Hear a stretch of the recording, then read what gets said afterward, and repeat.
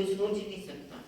परंतु 1974 में दादी सचमुच के लंदन में गए और सारा एरिया जो था, बहुत सारी सेवाएं जो थी, क्या की, सारे फॉरेन में सारी सेवाएं जो थी, दादी ने 140 कंट्री जिनकी हेड बन करके रही।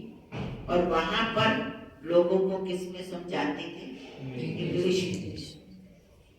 इंग्लिश में बात करते थे। परंतु वो सचमुच विदेही थी। दृष्टि देखते ही दूसरा भी व्यक्ति जो था वो विदेही हो जाता था।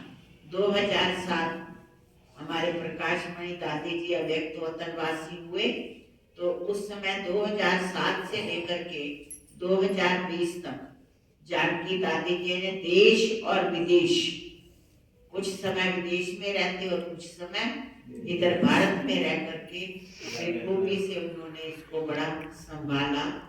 तो वो बहुत ही भाग्यशाली आत्माएं थी। एक बार की बात है, 1984 की शायद बात होगी, कि दादी जो थे इतनी बॉडी से डिटैच रहते थे, तो दादी बीमार कई बार बहुत पड़ते। तो बीमार पड़ने के कारण डॉक्टर ने ये कहा कि ये 1 या 2 दिन नहीं निकाल सकेंगे। तो एक इंद्रप्रस्थ में कभी आप देखेंगे, पांडव भवन में जाए तो ये जो हमारा शांति स्तंभ के पास एक कमरा बना हुआ, शीशे का बना हुआ, शीशे का। तो बाबा ने क्या किया, ऊपर से संदेश आया कि अगर दादी का शरीर छूट जाए ना, तो आपने 13 दिन तक इसको हाथ नहीं लगाना। ऐसे ना समझो कि दादी चली गई है और उनका संस्कार कर, मतलब इतनी हालात थी। तो वो शीशे के अंदर जो शीशा वाला कमरा बनाया, सब लोग ऐसे दूर से जाते थे और देख के आते थे, और दादी सोए। परंतु उसके बावजूद देखो दादी कितने परफेक्ट ठीक रहे और कितने साल तक जिए वो, 104 साल। 104 साल तक उन्होंने अपनी जीवन यात्रा का सफर किया। और जब वो शरीर छोड़ने से पहले वो हमेशा यही हंसा बहन को कहते थे, मैं चाहती हूँ कि जब मेरा शरीर छूटे ना, एक कौड़ी भी किसी की खर्च ना, क्योंकि दादी को पता था अगर शरीर छूट गया तो सारा फॉर्म जो है वो भी बांट के आएगा, ये भी सारे बांट के आएंगे। तो उस समय कौन सा समय था? कोरोना काल का समय था। एक कौड़ी भी किसी की खर्च नहीं। तो बाबा की देखो, दादी के मुख से जो निकलता था वही प्रत्यक्ष होता था। मैं अपने आप को बहुत भाग्यशाली आत्मा समझती, क्योंकि मेरा दादी के साथ बहुत बहुत बहुत क्या कहूँ, बहुत संग रहा।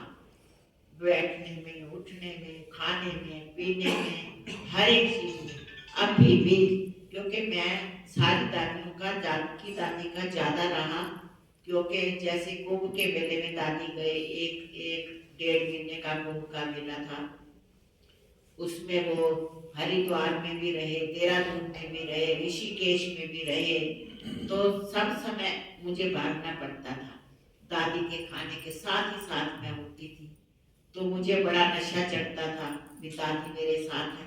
एक दादी की विशेषता बताऊं, खाना बना करके हमने डाइनिंग टेबल पे रखा। डाइनिंग टेबल पे खाना बैठे हुए, जैसे हमारे अचल दीदी थे, अपने ये प्रेम बहन थी, और भी बहनें थी, दादियाँ थी।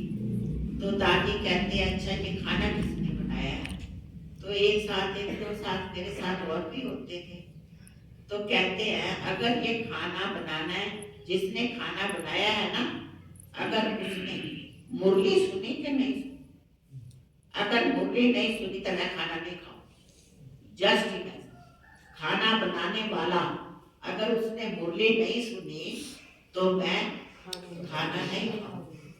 तो मैंने कहा दादी मुरली तो सुनी है, मुरली उसमें सुनी है, उसमें आ रही थी, पर फिर भी हम आए तो देखा तो दादी ने मतलब बड़े प्यार से फिर खाना खाया। तो एक बार दादी